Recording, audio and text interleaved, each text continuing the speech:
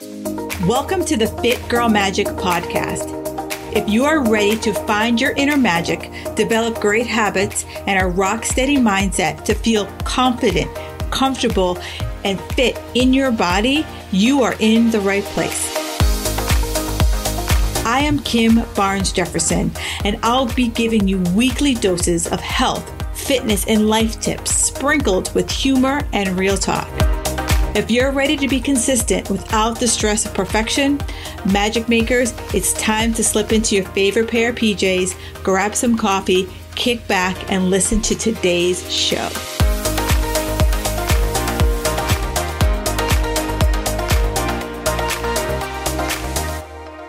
Hey, magic makers. One of the reasons why I got into fitness and really started this podcast was that I really wanted to blow up the myths that are prevalent in this whole diet culture society.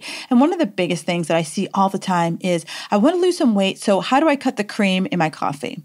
Well, here's the thing, right?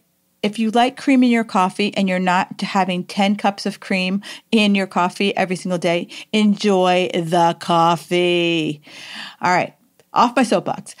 But I hear it all the time. So many of you are really trying to figure out what is the good food, bad food list? What's going to keep me safe? Give yourself permission to have whatever it is that you want to have. And I hear you. There's a lot of false information out there. And here's what I want to do.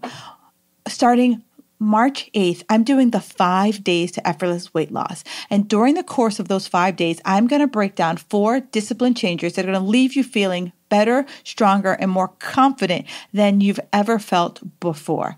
Plus, I'm going to show you how you can take small, tiny actions that you won't even really notice that you're doing to get significant change. And finally, I'm going to show you how to give yourself permission to just wake up in the morning and just know what to do without worrying about, did I miss a workout? Did I put too much cream in my coffee? If you're sick of worrying about putting too much cream in your coffee or wondering, how bad is me missing a workout because I feel sick, you need to join me in the 5 days of effortless weight loss. Check out the link in my bio. Hey, magic makers. Today's conversation is with Miss Katie Spada. And I absolutely was looking so forward to this conversation. I was pretty much vibrating in my seat. She talks about what it's like to go from having that athlete's, regimen, that athlete's mindset, to go into what I'm going to call civilian life, right? To how do you transfer from when you have been so absolutely regimented in everything you eat, you do, hell, you think, to how do you become that individual person? You've kind of detached from the collective hive. And I feel like that spoke to my soul. I know exactly what it was like that. For 9 years, I was a fitness competitor and, I was told exactly what the workouts to do, exactly how to eat, exactly, what the schedule was, how to get to a show in X number of weeks. And when I decided that I no longer wanted to compete, I was so lost. I was legit bumping into walls. I was so burnt out from competing, yet I always felt like I wasn't doing enough because I was so used to having this very tightly controlled schedule. And Katie is this is so freaking cool, former synchronized swimmer. And so she talks about, making that transition from when she knew she was just done being that competitive athlete to just becoming a regular person. And, she works through her power method, which I think is absolutely fabulous. So listen to it. And I think it has applications to many of us, even in our daily lives. There are many women that I work with and who are listening right now that, before you became a mama, you were at the gym and you were doing all the things. And now you're a mama and your schedule is just not the way it used to be. So how do you make that transition? How do you make that switch? How do you make that leap from, that regimented lifestyle to what I call an everyday person who's just going to the gym, just making sure that they're staying healthy, keeping their mind active, keeping their body active. And Katie has some great suggestions for that. Plus, she's got some amazing recipes. So be sure to follow her on Instagram. All right, listen to today's episode, and I love to hear your feedback. All right, ladies, I have been, I'm pretty much a stalker on Instagram. So I've been stalking Katie Spada for a couple months now. And I resonate so much with her because I know when I stopped doing fitness competitions, I was like, who the fuck am I? What do I do? Where do I go? What end is up? How do I become a normal person, right? That didn't have this like crazy goal anymore. Like how do I transition into like civilian life, if you will? And I have been, reading her post on Instagram, and she is a former, okay, get this one. I think this is so flippin' cool. She's a former synchronized swimmer. How cool is that? Like, I've never met one of those. I always have seen it and just think it's so freaking cool for someone also who can't swim. But I think it's so freaking cool.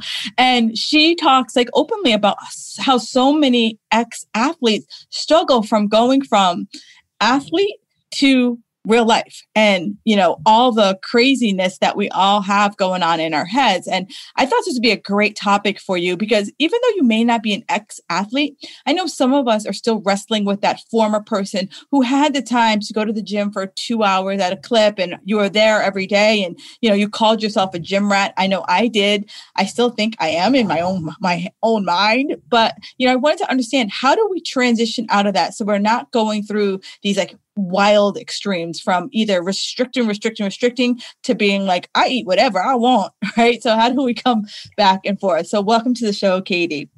Oh, thank you so much for having me. I'm so excited to be here. This topic is so needed, whether you're an athlete or not. Yeah. I think, I don't know if it's a woman thing or an American thing, but we're so big on identity, right? We have to put someone in a box. Put a label on it.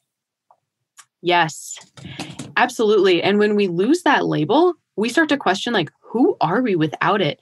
These identities tend to provide stability in our life and allow us to continue moving forward and give us purpose. And when those are taken away, we almost lose our purpose. Yeah. And it can be really hard to navigate. Very hard to navigate. And, it's even if you think about like, professional athletes, you see like after the spotlight, so many of them go broke because they just don't know, there was never this like kind of post sports transition time. Like, no. And given how many people struggle with it, like that's such a sweet spot because so many people go from, especially now, like it wasn't like that when we were kids, but like, I feel like sports nowadays, like from a very young age, everything is very organized and regimented.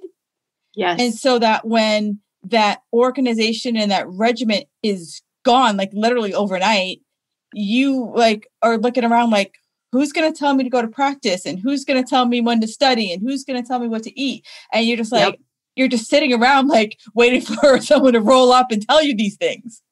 Yes, it's very crippling, for lack of a better term, because and we are specializing so early in sports specifically. And I think just in general, we have a lot more high schools that'll take you like the nursing route or the STEM route or engineering like early on. And so we are boxing ourselves in way sooner than we were in years past.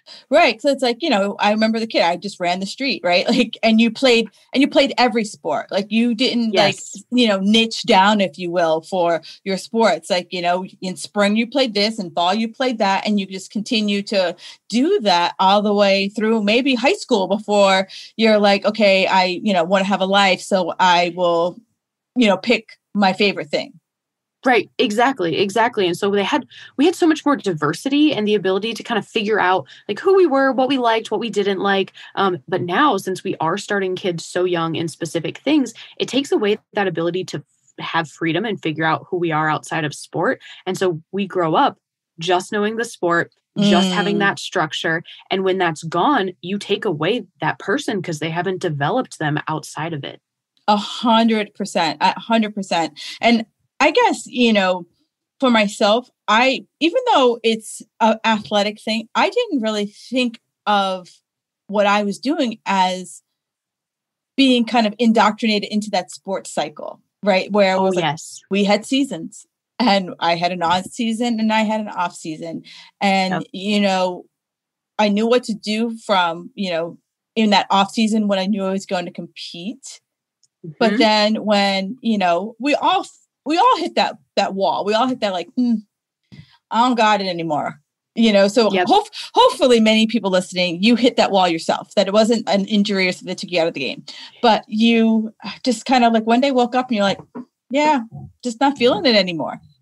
Yeah, absolutely. And I love that you bring in the like kind of bodybuilding fitness competition realm, because so often athletes will go from, structured sport into that world because they're still they are still craving that structure, and it's the exact same thing. And like you said, there will be a point where either your body or your mental space or something says like, I can't anymore. Right. And then what do we do when that happens? Yeah. And that's why I wanted to bring you on, because the kind of what made me think about you is one, I guess I had, God, in the very beginning of my show, she was a CrossFit athlete, and Awesome. She got hurt. And so, she didn't do all the redonkulous things that you are required to do as the elite CrossFit athlete. So she turned to bodybuilding because of the structure, because of the competition.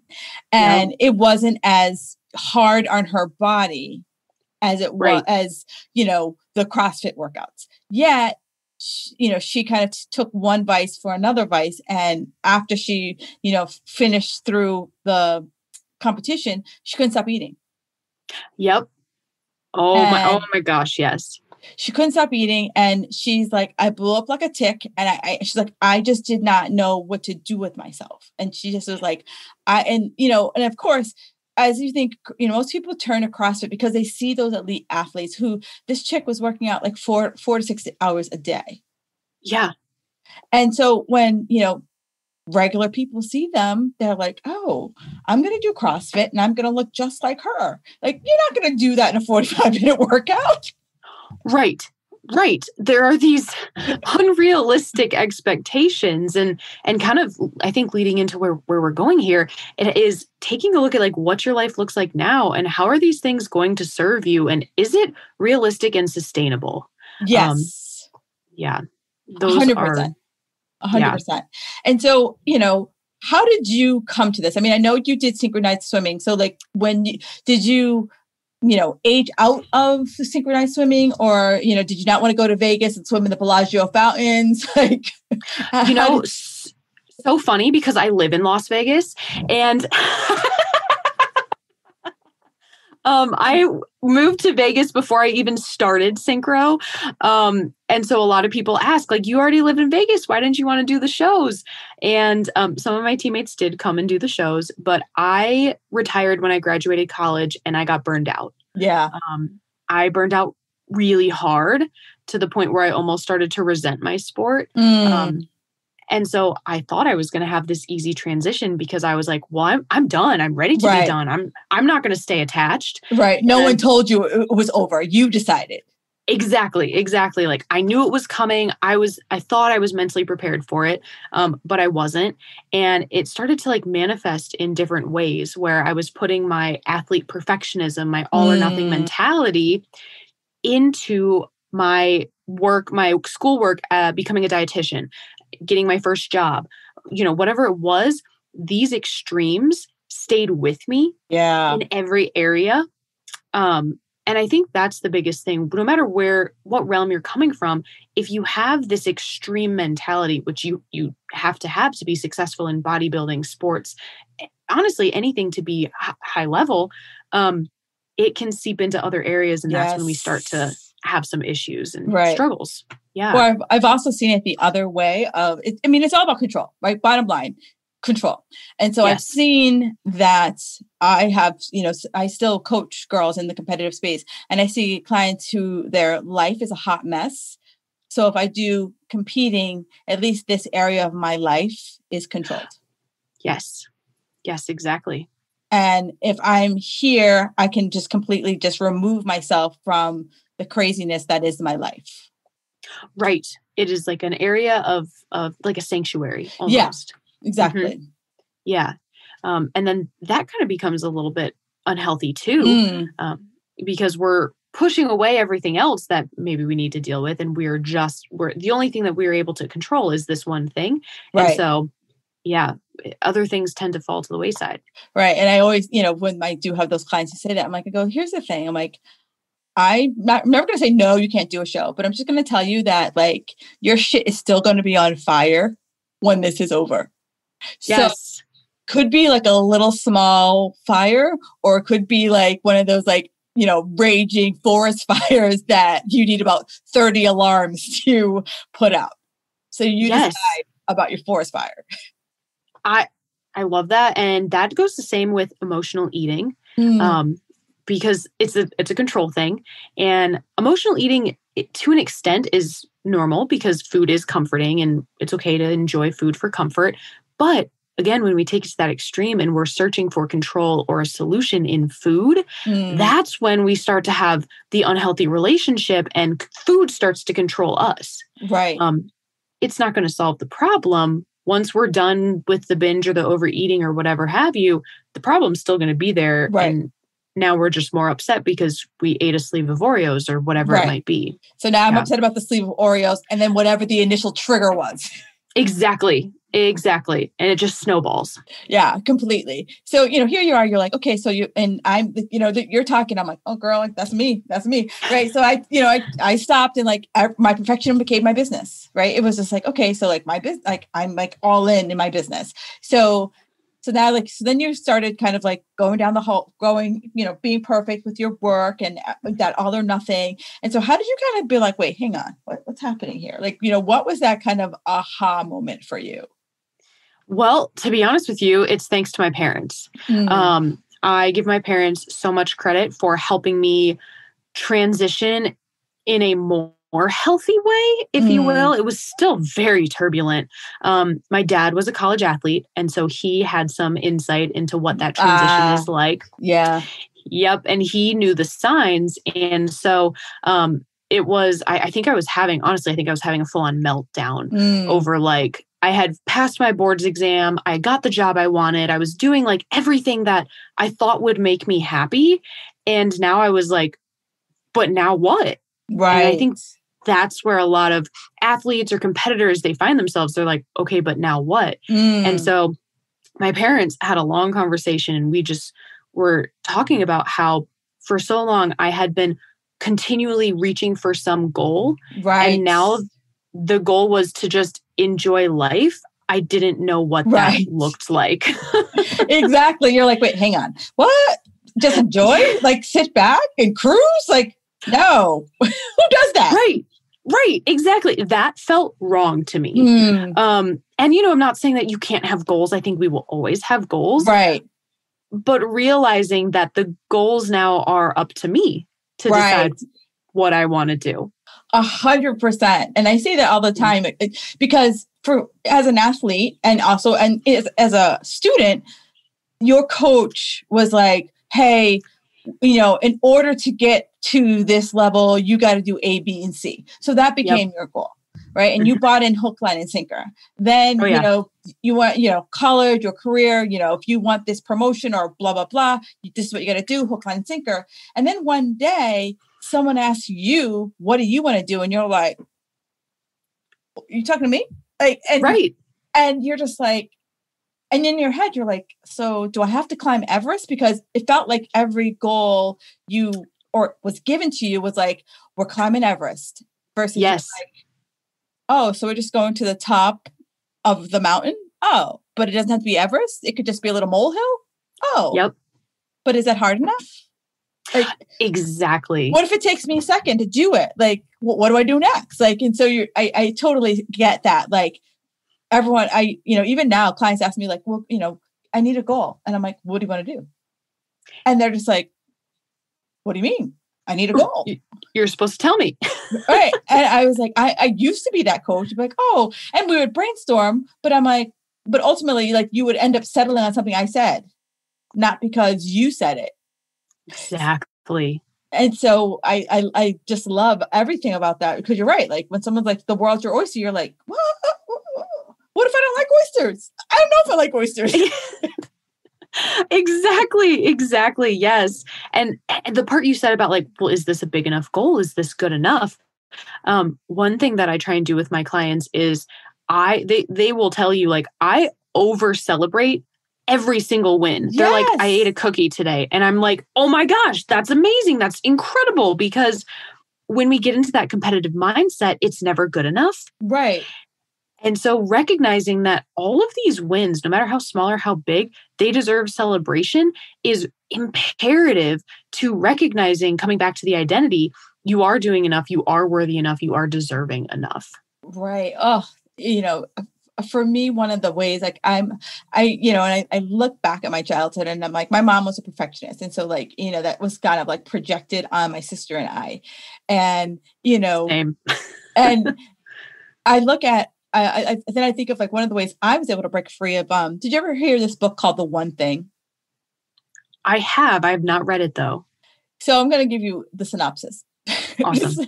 The synopsis is like, if you think about a domino, right? Like one domino knocks down, the whole row of dominoes. So if you think of your life as dominoes, so if you say to yourself, what is it that I'm trying to accomplish? Right. And so if you're like, I'm trying to build this RD practice and, I want to help former athletes not struggle the way I did.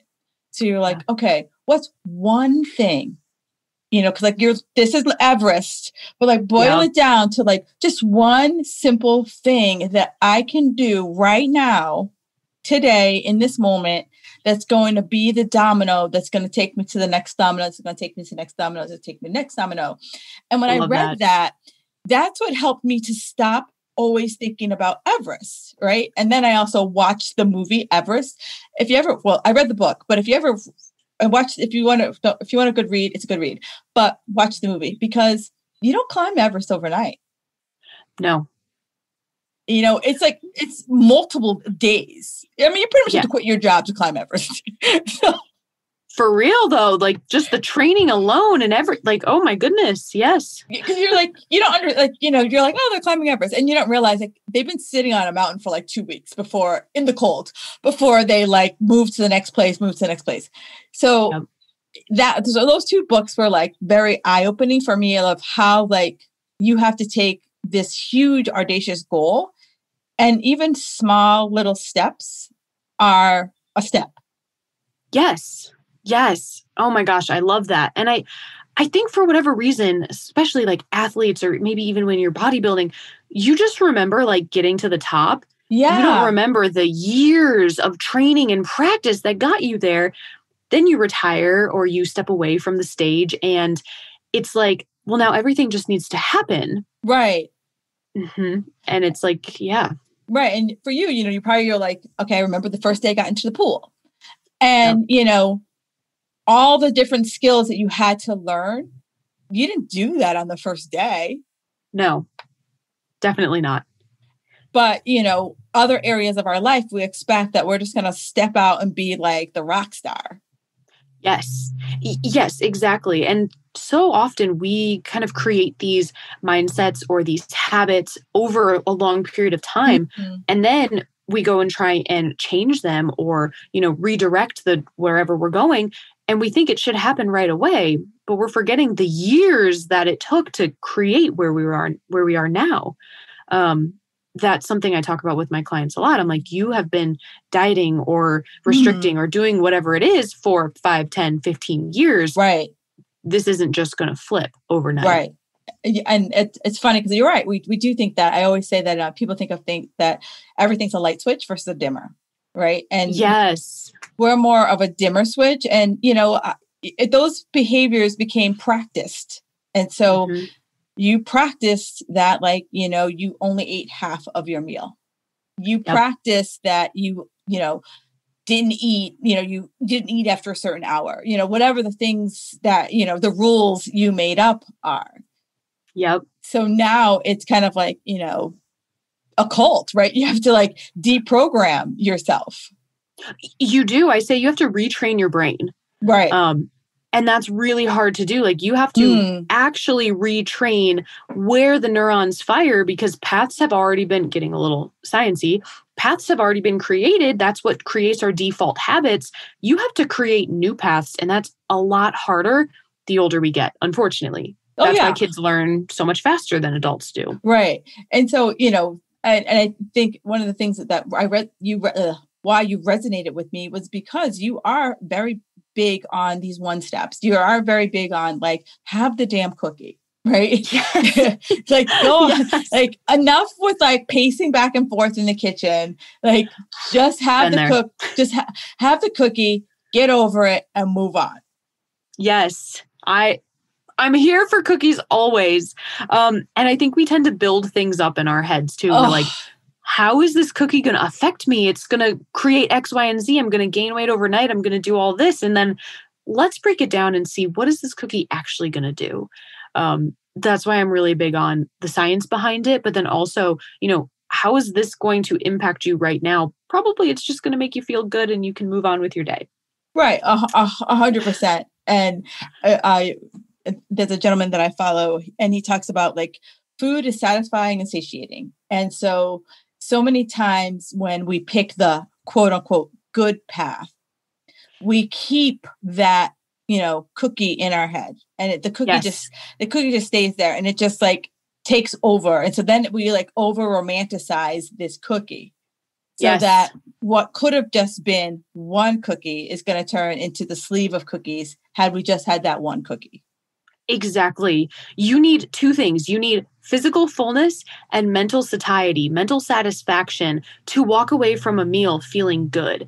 And sometimes that's adding a cookie. Sometimes that's having more fat. Sometimes that's having dessert with your meal. That helps to prevent overeating and binge eating later because like you said, I love the word over romanticizing. We do. We over romanticize these foods because they're quote unquote bad or we shouldn't have them or some sort of negative connotation. And then it becomes bigger than it needs to. Right. I've had clients come to me and be like, you know what? I don't even like that food, but it became such a binge food because I didn't allow myself to have it. So yeah, we make it way more complicated than it needs to be. so much so. And, you know, I have my issues with binge eating and eventually I just was like, you know what? I just have to like ride it. Like I just have to ride the wave and and not like, cause the harder I tried not to do it, the more I did it. So I was like, I just need to ride the wave and just kind of start to like track like why am I having the wave so that I can learn. Yes. Words. Absolutely. I got so excited because I'm like, yes. One of the first things I do with clients is we talk about unconditional permission to eat all foods. And that seems really scary. Sometimes we take it step by step and we'll do one food at a time and reintroduce it, depending on the stage that they're in. But it almost is always like open the fire hose, allow yourself to have the food. You kind of have this uptick where you're like, I'm never going to be able to stop eating it. But then the food becomes less exciting because you can have it all the time. Right. And that's where I had to get to because I, you know, like any athlete, you have your on season and off season. And so like, because I didn't have that off switch, because that's the way I thought everything was. There was no off switch. Like I was never going to be on a stage. So like, I didn't really have to worry about like being like ripped. And then you're also looking in the mirror and you're like, I'm not ripped anymore. Right. So it's this like double-edged sword. Yes. And you bring up the body image piece. And I think that is so crucial to all transitions in life. You know, when just becoming an older person, we so much attach our identity to our physical appearance. And especially coming from a sport that maybe like synchro had a focus on appearance or bodybuilding, you attach your worth, you attach who you are to your physical body and the appearance it has in that moment. But what we fail to remember is that we are dynamic beings, we are fluid, and our bodies will continue to change. Yes. So we are placing our identity in something that will not stay the same. It will not. And so we are setting ourselves up for disappointment when it does eventually change. One of the things I try and work on with my clients is recognizing that your physical body does not determine who you are. And just because you end up with a smaller body doesn't mean you're going to be happier. Right. Because I think in society too, we associate living in a smaller body with happiness. And when I was at my smallest, I was the most miserable. Right. I wasn't eating things. It was awful. Right. And it's funny because most of the women that, listen to this podcast and the women that I, help the most are women over 40. And yes. I know for me, so I was in my 30s when I stopped when I was competing, and then I stopped competing, and we all have those body cycles, right? So my body cycles probably every 11-ish years that some great change happens in my body. And so yep. I had it happened to coincide at the time that I was winding down on my competition career. And, for a long time, I struggled because I was I don't look this way. I have 30 extra pounds on me. And if you hadn't seen me in a while, you remember what I looked like before. So you just put all this pressure on yourself because you're oh, when Katie sees me, the first thing she's going to notice is how much weight I put on. And it's all the stories that you tell yourself in your head where no one has ever said to me, Kim, what happened to you? No one has ever. Right. Goodness, we hope they don't. Right. But you're right. We do tend to build it up in our heads too, which is why I'm not a fan of using the scale either, because you're oh, my weight goes up a couple pounds. Automatically, you think someone else is going to notice when you're the only one. Right. But you're right. Our bodies do cycle. And if the women listening are over 40, potentially they've had kids or different things like that. Right. And that is a huge body change. That's something I try and prepare my clients for. They tend to be a little bit younger. Your body will continue to change, especially if you want a family. And now you're placing your identity again in something that is not guaranteed. Right. And especially no one really tells you that, pregnancy is a trauma to your body. You get a great gift at the end of it, but it is a great trauma to your body, and your body's going to take, depending on your system, is going to take a little time just to recover. Yes. Oh my gosh. Yes. I mean, the physiological toll that pregnancy takes, like you said, so worth it. I hope to be a mom one day myself. So worth it, but it is traumatizing. And you go from seeing your body one way to now another way, and it may never look like it did again because it's gone through this enormous trauma. That word is so right on for what it is, that it can be devastating if you don't have an identity secured outside of your physical appearance. Right. Exactly. So I was reading on your, I can't remember if it was on Instagram, on your blog, that you have these 5 pillars that you use. What are they? Okay. So the 5 pillars are of my power program. And so the word power stands for each pillar. P is for personalized. And that's because I believe everyone has something unique, something personal that works best for them. So what works great for Kim may not work great for me, and vice versa. And so we want to take a look at your life and figure out what's going to work for your life, or what's going to work for the life you want to have. So that really lays the foundation. O is for optimized. And that is where we take a look at, what are you eating right now? What is your day-to-day eats? And how can we start to improve upon that immediately so you're feeling better? So that's kind of where my nutrition science nerd comes in. Right. How do carbs serve your body? How do fats, proteins? Let's talk about micronutrients. If you're only having a black cup of coffee for breakfast, how can we improve upon that so you're having energy throughout the day? Right. The W is for work on, and I actually need to work on the word for that one. But for now it's work on, and it's working on body attunement, hunger, fullness. Yeah. Yes, because especially coming from sports, and I'm sure in the bodybuilding world as well, you oftentimes have to ignore both your hunger and your fullness. Oh yeah. Right. And so it can be really confusing to trust those signals again, because you're like, well, I shouldn't be hungry. I just ate an hour ago. Or to turn them on. I know one of my challenges is that I ate by the clock. So I ate every X number of hours. So just being like, wait, am I hungry, or am I hungry because I'm used to eating at 10:30? Yes. And so figuring out, well, like you said, first of all, turning them back on, especially if there has been a period of restriction, we may not feel hunger cues anymore.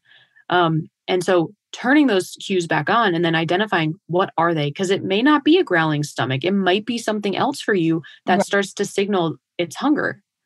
That we spend a lot of time there, just being able to trust, like, hey, yeah, I'm hungry. I should eat. Hey, I'm full now. I can stop. Yeah, I think you just hit the nail on the head. I think it's the self-trust of, before, maybe you weighed and measured everything you put in your mouth. Yes.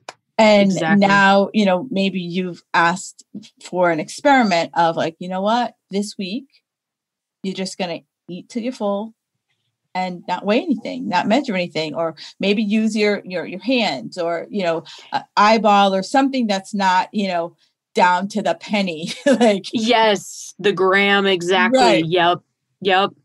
Yeah, you're right, because we can get so reliant on these external tools to tell us how much to eat, when reality is our body knows best how much it needs. Right. We just have been told that we can't trust our body.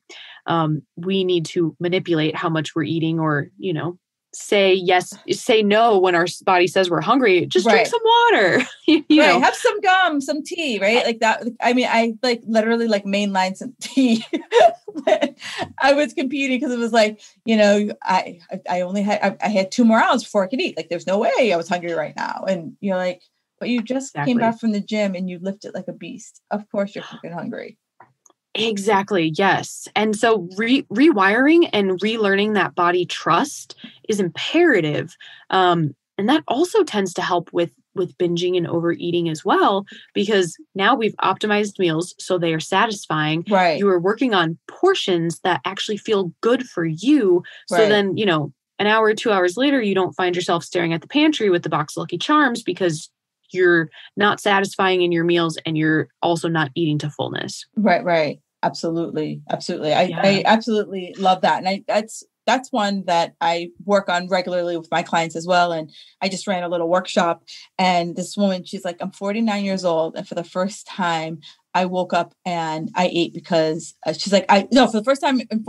So I'm 49, and for the first time I didn't wake up and I wasn't like paranoid that I didn't eat within 30 minutes of getting out of bed. Yes. She's like, because I wasn't hungry. So she goes, I ate like 2 hours later and the world didn't end. And I was like, yes. Oh my gosh. The freedom in that, right? Yeah. And I was like, and I go, trust me. I'm like, I know exactly the freedom. Like, some days I'm like, I don't feel hungry till 11 o'clock in the morning. Some mornings I wake up and I'm like, what can I eat? Like, so I'm like, that's life. Yes. And for whatever reason, we have been kind of trained to think that we need to eat the same things every day, but we don't require the same things every day. We are living a different life every day. And that's where trusting your body can be so helpful to navigate that. Right. I love that. So, okay. So now we have E. E is for evaluate, and that is evaluating nutrition beliefs. And so oftentimes I'll have clients come to me with beliefs like, I can only have half a banana. I can only eat carbs, before a workout. I shouldn't have, white foods or white sugar, right. Or whatever it might. Like there's like a whole food combining rule thing that I'm like, yes. I was like, girlfriend, you're barely eating. Like, you can't even take it to that level. Like, that's advanced physicist type level. And we're like, can we just do basic 8th grade science? Yes, exactly. And so I love to break those down and show well, what does the science actually say about bananas? How are these foods actually nourishing your body?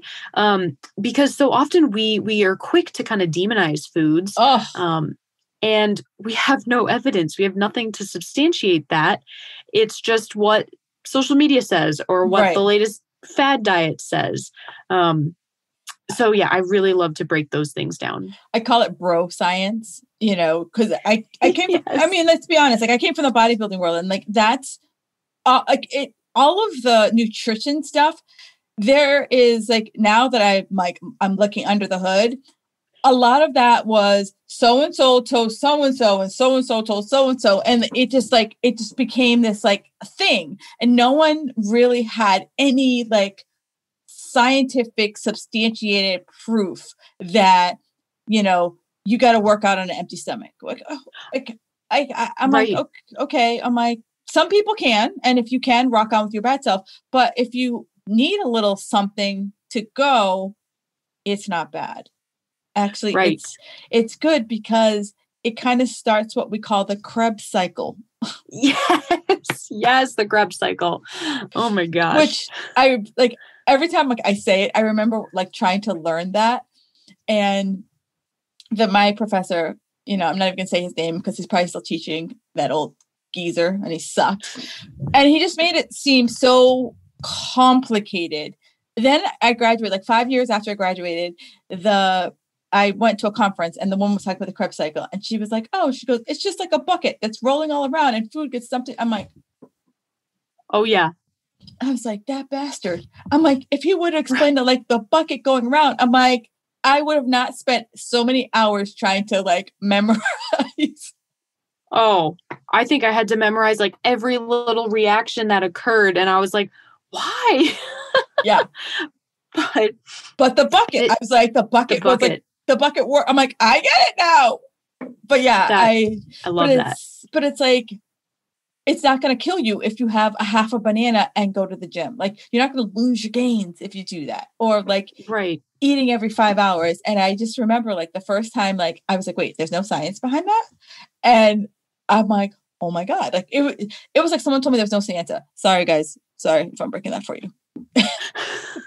What do you mean? No, I'm just kidding. But it was like one of those like, what? Yes. And that was very traumatizing for me. Yes, we do we exaggerate things or the nutrition world has things exaggerated. And you can recognize if it's kind of BS nutrition because it's a definitive. And for the most part, the answer will be, it depends. Now but if, of course, when you start out in this world and everyone's saying it, so you're like, it must be true, because there's not one person who's not following the party line and saying, you got to eat 5 meals a day. You got to eat every 2 to 3 hours. Like you gotta, like, you got to like literally like put protein up your nose or you're going to die. Everyone's telling you all these things. So of course you're like, oh shit, it must be true. Right. There is so much power in numbers. Right. But then you like, and then it's kind of like you put on the flip side, you're like, that's how cults start. Like, you know what? True. It's like, one person will tell you that like the eagle is God. And then you hear 50 other people like, well, eagles must be God. But then I believe. Yep. That is so true. And we don't want to be the one that questions it. Right. Because you're just like, oh, like, and especially if it comes from someone who's coaching you, you're like, oh shit, I'm because like, I don't know. So I can't be like, I can't question. Yes. Because I don't definitively know the answer. That is such a hot topic in the sports world, specifically because coaches will often provide nutrition information, misinformation, based on what worked for them. They'll say, well, don't eat dairy because it's going to make you slow. And there's, no scientific proof to that. But an athlete or, someone who is working with a coach, they respect them, they revere them, and they take what they're saying as like, well, this person wants to help me, so this must be helpful. And it can be really damaging. And so that's why I'm a big proponent of like actual nutrition education for people in coaching roles. Right. And I feel like nowadays information is more accessible.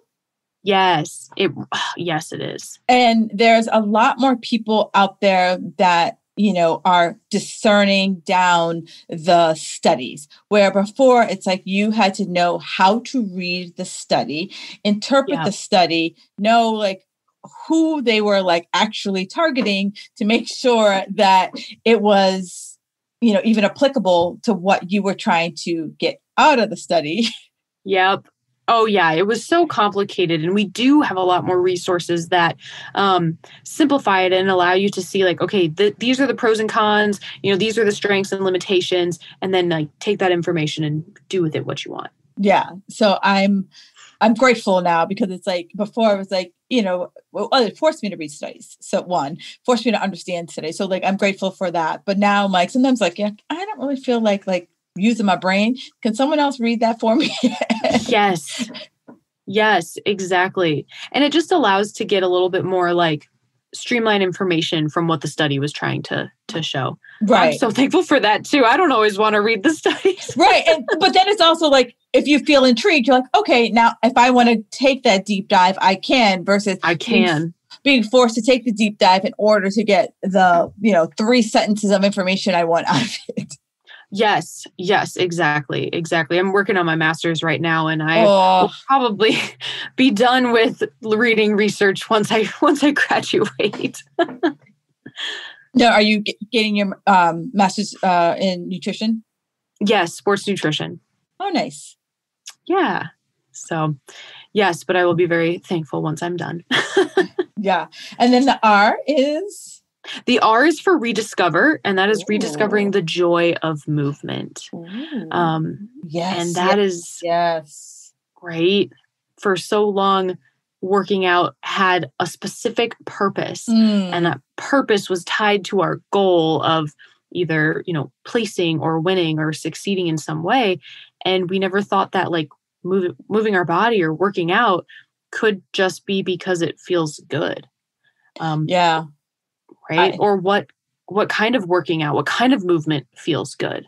It's funny you say that, because I remember like literally just as I was transitioning out, I had surgery, and for 6 weeks I could only walk, and I couldn't lift over 20 pounds. So first I'm like, what's 20 pounds? Like, I just couldn't. I was like, I don't know, like, what's 20 pounds? Yeah. And then I was like, walk. Like, walk. What is walking? Like, that's not exercise. And I fell in love with walking. And now I'm like, if I can't get out for a walk, like, I live in Boston. And so, my threshold of walking has gotten a little lower. I'm totally not a cold weather person at all. But now I'm like, all right, I can go at 35, 40 degrees. Like, because like sometimes my body's just like, I want to walk. I want to move. Yeah. Can we get outside? Can we go for a walk? And I'm just like, 10 years ago, if you'd have told me to go for a walk, I would have been like, the hell? Yes. And you mentioned something so important, like, does that even count? Like, that's not a workout. Yes. And that is kind of like reframing retraining your brain too, to recognize that like all movement counts. Like walking counts as like exercise. Yoga counts as exercise. Anytime you're moving your body, it does count. We have this unrealistic expectation of the extreme, again, coming back to the extreme level that our workouts have to meet. And when we retire, they don't have to. Like walking is more than sufficient. Yeah. And it's funny because one of the things you talked about was your nutrition beliefs, but also evaluate your workout beliefs. And, client of mine asked me, she's like, Kim, I'm doing this, and this. Is it good enough for a workout? Yeah. And I was like, well, let's flip it. Like, what's your goal? Yes. Then we can decide if what you're doing is going to get you to your goal. And she was like, you would have thought I asked her the meaning of life, like, because she was just so like perplexed because, like you said, like we're used to the coach saying, okay, you need to hit the weight room these days of the week. Then you need to do whatever else that you do outside of the weight room. And then we got practice. Yep, exactly. It's very structured, and you are told how much equals a workout, how much is good enough. Right. And I love that because it also, like you said, like what's your goal and how do you want it to serve you? Right. You don't have to be able to swing a bat 100 miles an hour or throw a ball or swim, whatever it might be. So how is this going to serve you? Like, what is the purpose of movement in your life now? Right. Because it's like you go back, it's like what you said, you went back to like the personalized. So it's like, it comes back to like, what are you trying to get out of is it health? Yes. Maybe you did put on, the weights, maybe you're trying to like, hey, I was in a sport that, so say like, ice skating or gymnastics or even synchronized swimming, where like you weren't really allowed to put on muscle, right? Because you had to aesthetically look a certain way. So maybe you're like, I've always like fantasized about having, arms of Linda Hamilton in Terminator 2. And now I can have them because, I'm no longer doing, whatever the sport is that to look that aesthetic way. Exactly. Yeah, exactly. And so it can serve a different purpose and we kind of rediscover what that purpose is. Right. And so it's, I love this because it's like, I like when you break people from the norm, right? The norm is, okay, Kim, you go to the gym, here's your schedule, good luck. Versus, I think what we're both trying to do is put the personal responsibility in the hands of the client and saying, well, let's just break up with the structure. What do you want? Yeah. What does success look like for you today? Because it might, 3 months from now, it might look very different. And maybe at the beginning of our journeys, we might have a little more, give them a little more structure just so they don't, just get them out of bumping into walls. But let them have like, there's a horrible example, but I can't think of anything else right now. You know how like those dog leashes where like they have like the dog leashes where like you can have so much...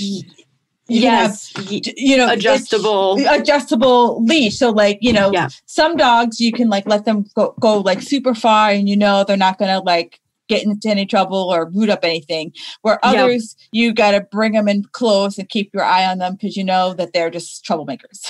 Yes, exactly. That is a great example. But think of a cute dog. Yes, I love dogs. So yes. Yeah. But it's like, I think some of our clients, as we kind of like feel them out, like some of them, like they're like, yeah, you know what? I feel like I'm at a spot. They're like, yeah, I can run further out on the leash. And then others are like, no, I need a little more of like that tight rein in so that I can, feel safe. Yeah, exactly. And that's part of meeting the client where they are. Right. Yeah, exactly. And seeing what's going to work best and serve them best in reaching whatever goal it is that they've set. Yeah. Right. Oh my goodness. This is like, how like in your head, because I'll be brutally honest with you. So I don't prepare. I prepare, but I try to have these be as like natural as possible so that I don't come off like, so Katie, how did you come up with the power? Like, so I don't. And so I'm like, I love when like the conversation like goes the way I plan it in my head. Yes, it just organically kind of flows. Yes. And so, I'm grateful that I find guests who can go with the flow.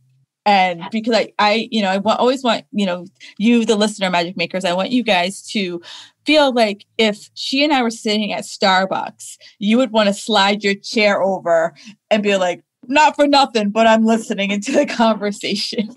Yes. Those to me are the best conversations. And I can't wait till we're back to being in Starbucks in person. Oh my God. I was just saying that, like, I mean, I've saved so much money because I don't have the impulse coffee buys as much as I used to, but I miss just like, sometimes that you leave your house for like an hour and then you're gone for like 4 hours and you're like, what did I do? And you don't really know. Yeah.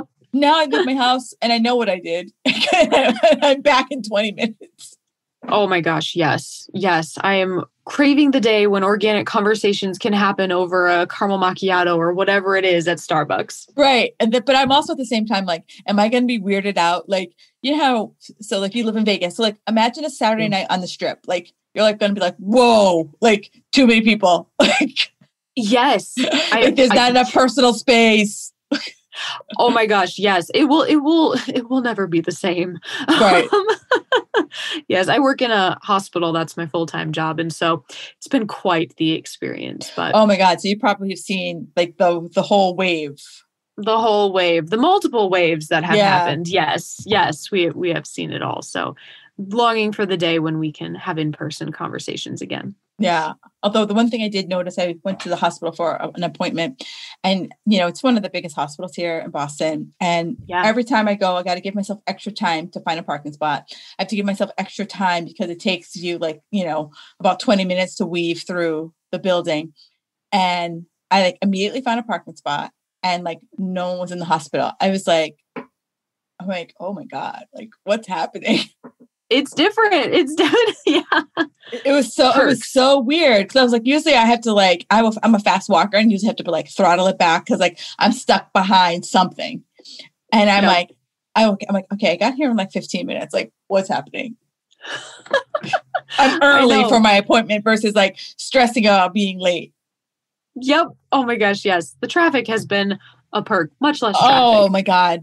I'm like, what's going to happen when people get back in their cars? I'm like, am I going to have as much patience as I have now? Oh yeah. It's going to be totally different. A whole other readjustment. Speaking of transition readjustment. Complete transition readjustment. So I asked